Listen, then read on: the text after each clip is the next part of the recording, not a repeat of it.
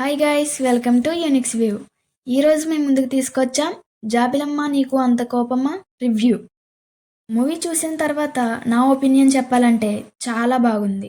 Dhanush direction అంటే రాయన్లా వైల్డ్గా ఉంటుంది అనుకున్నా, కానీ ఇక్కడ మాత్రం అదిరిపోయింది. ఈ మూవీలో ధనుష్ చిన్న చిన్న మూమెంట్స్ చాలా బాగా రాసుకున్నారు. మూవీలో వచ్చే ఒక్కొక్క క్యారెక్టర్ని బాగా డిజైన్ చేశారు. ఎస్పెషల్లీ మూవీకి యూత్ బాగా కనెక్ట్ అవుతారు. ఇంకా డీటెయిల్ రివ్యూలోకి వెళ్తే, హీరో లైఫ్లోకి నీలా అనే అమ్మాయి వచ్చాక ఏమైంది అనేది స్టోరీ. లవ్ స్టోరీ చాలా ఎంగేజింగ్గా ఉంటుంది. ఇంకా కామెడీ అయితే నెక్స్ట్ లెవెల్. సినిమా స్టార్ట్ అయిన 20 మినిట్స్కే మనకి మూవీ బాగా ఇంట్రెస్టింగ్గా అనిపిస్తుంది. హీరో లైఫ్లో ఫ్రెండ్ క్యారెక్టర్ కూడా చాలా బాగుంటుంది. ఇంకా ఇంటర్వెల్ వరకు అలా వెళ్ళిపోతుంది. ఇంటర్వెల్ పోర్షన్ హైలైట్ ఉంటుంది. సెకండ్ హాఫ్ స్టార్టింగ్లో మాత్రం కాస్త స్లో అయినా తర్వాత స్టార్ట్ అవుద్ది మూవీలో అసలు మజా. కొన్ని సీన్స్ స్లోగా ఉన్నా కూడా ఫ్రీ క్లైమాక్స్ నుండి క్లైమాక్స్ వరకు ఫుల్ ఫన్ ఉంటుంది. మూవీలో ఎమోషన్స్ కూడా చాలా బ్యాలెన్స్డ్గా పెట్టారు.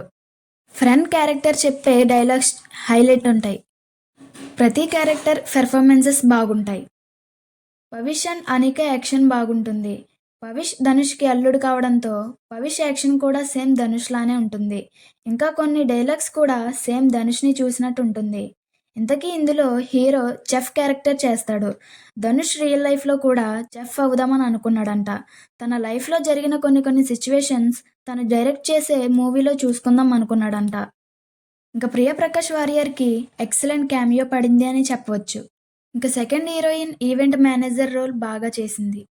Friend character Matthew Thomas character చాలా బాగా డిజైన్ చేశారు. ఇంకా సాంగ్స్ విషయానికి వస్తే గోల్డెన్ స్పారో సాంగ్లో ప్రియాంక మోహన్ డ్యాన్స్ బాగుంటుంది. సెకండ్ హాఫ్లో వచ్చే సాంగ్ మూవీలో ఎందుకు పెట్టారో అనిపిస్తుంది. విజువల్స్ అండ్ బీజిఎం బాగున్నాయి. తెలుగులో డబ్బింగ్ కాస్త మైనస్ కింద అనుకోవచ్చు.